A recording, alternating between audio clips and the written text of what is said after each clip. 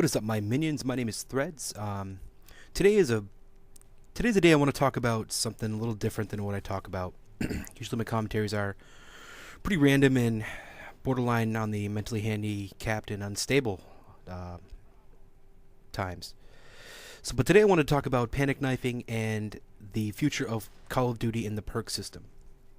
Um, right now, you can see that I'm running around on Villa with my ballistic knife. I almost called it attack knife.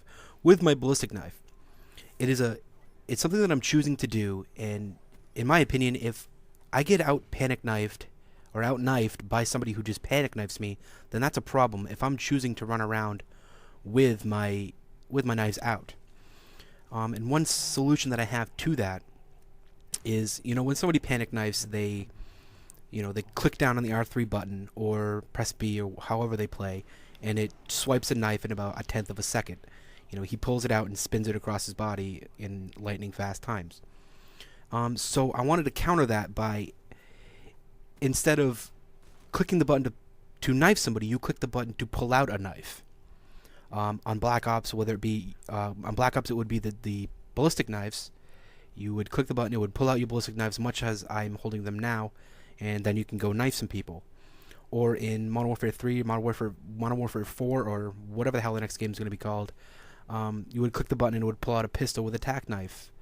So therefore, you could have an assault rifle, submachine gun, and as a secondary, you could have anti-air, or a shotgun, or whatever they want to have for the secondaries from now on. So you can take out the air support, which a lot of people complain about is completely overpowered as hell in Modern Warfare 3. Not so much in Black Ops. But you would have to click the button. You can't panic knife somebody. You have to click the button. It would pull it out, and then you can go back and try to knife them. If you run around a corner and you pull it out, then you can run around the corner and surprise them and stab them. Now, I think that's a solid solution to the panic knife problem. It would still enable people like me who love to run around like an idiot and stab people, because it's the only way they can have fun in Call of Duty now. But I do want to move on and talk about ways to counter this and the perk system. I don't think there should be perks at all in Call of Duty anymore. I think they should get rid of him. It's too much of a bitch fest. Everyone's complaining about it. Whether it's Ghost, Assassin, Stopping Power, Juggernaut, just cut it out. Just take them out of the game. And I wanted to combine something from Black Ops and from Modern Warfare 3, which I think would make a great solution to this problem. You would use the con points and the proficiencies. How this would work, in my opinion, is you would use your COD points that you've earned by playing the game, and you would purchase upgrades for your player. Completely customizable players from now on, please. That would be sweet, and everyone would love it. You could buy something like, you could start at the feet. If you wanted to start the head, we'll go there. You can start at the feet, and you can buy different shoes. Maybe you can buy like a sneaker hybrid where you can run faster. Or you could buy a certain shoe that makes your footsteps a lot softer, as this room just completely gets fucking taken out. You could use let's go back to it. Your footsteps would be softer, therefore it would be like having ninja. Or you could choose to have excuse me. You could choose to have lighter shoes, which would make you run faster, much like ninja and lightweight. And then you can move up to the head, and you could, choose like a hearing device, kind of like a mini parabolic dish in your ear, which would allow you to hear people that aren't using the ninja shoes, and you could hear them a lot louder, kind of like having SitRep Pro or Ninja Pro. And you could also move down a little further, and you could have eyewear, which would protect you from stuns and flashes. And that would be, you'd be wearing like these protective shades or whatever. So if you had these both equipped, I would kind of put them in the same tier to whether you wanted to sound horse some people. But if more people had these ninja shoes, then it would probably be better to put on the ninja shades. That way, That way you could be protected from stuns and flashes from assholes like me who stun the shit out of you and then tomahawk you in the back. Moving on, I want to call this like the tier 2 thing. Instead of having your sleight of hand, your stopping power, your juggernaut, I think we should move on to body armor. Kind of much like you start at the top with the head and its headgear. That could be tier 1. Then tier 2 would be your body armor, and tier 3 would be your footwear. So tier 2 and the proficiencies would be, there would be three things, maybe four if somebody else can come up with something else. I would start off with a bulletproof vest. It would be body armor, so much like Painkiller or Juggernaut. Yes, or even the ballistic vest, because it's the same thing as all of them. It would be enable you to take one extra bullet of damage, and that would be it for one life. And then you'd respawn and still have the same thing. Moving down to the next one would be flak jacket. It would be, and these things you could see on the person, whether it be, the dragon scales for the armor for the bulletproof vest, or, like an extra armor plating for the flak jacket, so you can withstand. I get one-shotted by the wall. Thank you. So where you could just withstand frag grenade rounds, noob tubes, and even fire damage. And moving down, Uncle Thunder gave me this idea. I wasn't really originally going to talk about it, but going back and I saw that it seems like it's a great idea. It really is, and I'll give him full credit for it. It could, instead of a body armor or flak jacket, you would put on a stab vest, and it would protect you from 3 knives and 1 life. Because let's be honest, how many times do people get panic knifed to 1 life? Probably, once or twice. So if you get protected from 3 knives and 1 life, that would be, that would save you from a lot of, bullshit deaths from people like me that run around and, blindside people and stab them in the head.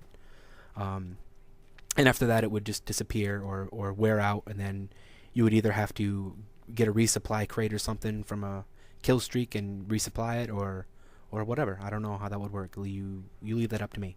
Leave it up to you. So those are my ideas for the tiers. There's plenty of more room for improvement. I want to hear you guys tell me what else you think would be a great idea to add to this, because I think that this is a solid idea that maybe should be looked into for the future.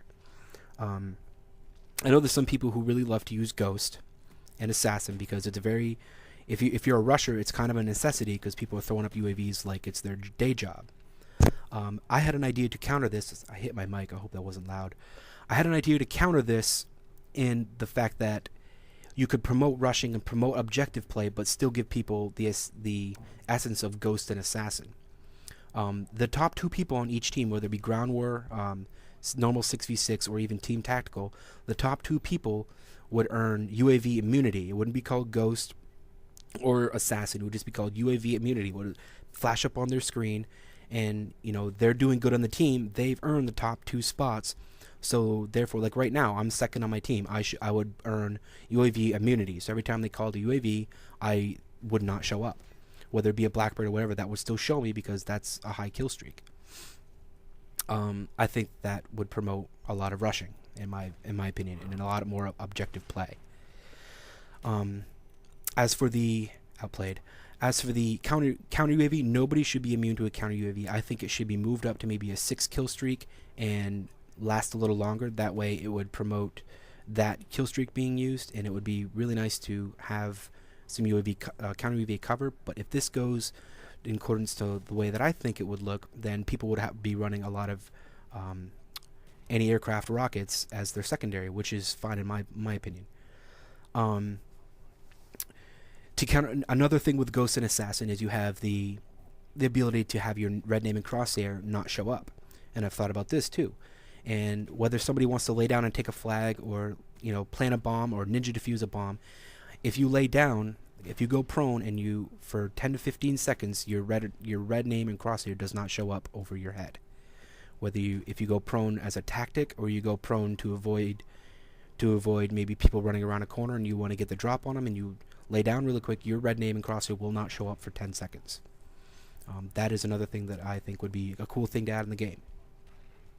Another thing for the spy planes, because they get spammed up pretty much, is if you crouch, say you're a rusher like me or anybody else who rushes, and you get behind the entire enemy team and you do not have Ghost, and somebody throws up a spy plane and you're not the top person on your team. If you crouch, then you would be invisible for the UAV for the first 2 sweeps, because if you're crouched and stationary, maybe the UAV can't see you. Well, those are my opinions on this whole thing. If you guys like it, let me know what you liked about it. If you didn't like it, instead of disliking and leaving, dislike it and then leave me a comment on why you didn't dislike it. I hope you guys really like this. It was a really long time for me to come up with this and figure out what I wanted it about. So please leave me some feedback, and if you really liked it and want more people to see it, share it with more people that you know. I want to get a lot of feedback on this. Thank you very much, guys. My name is Threads, and I throw shit. Peace.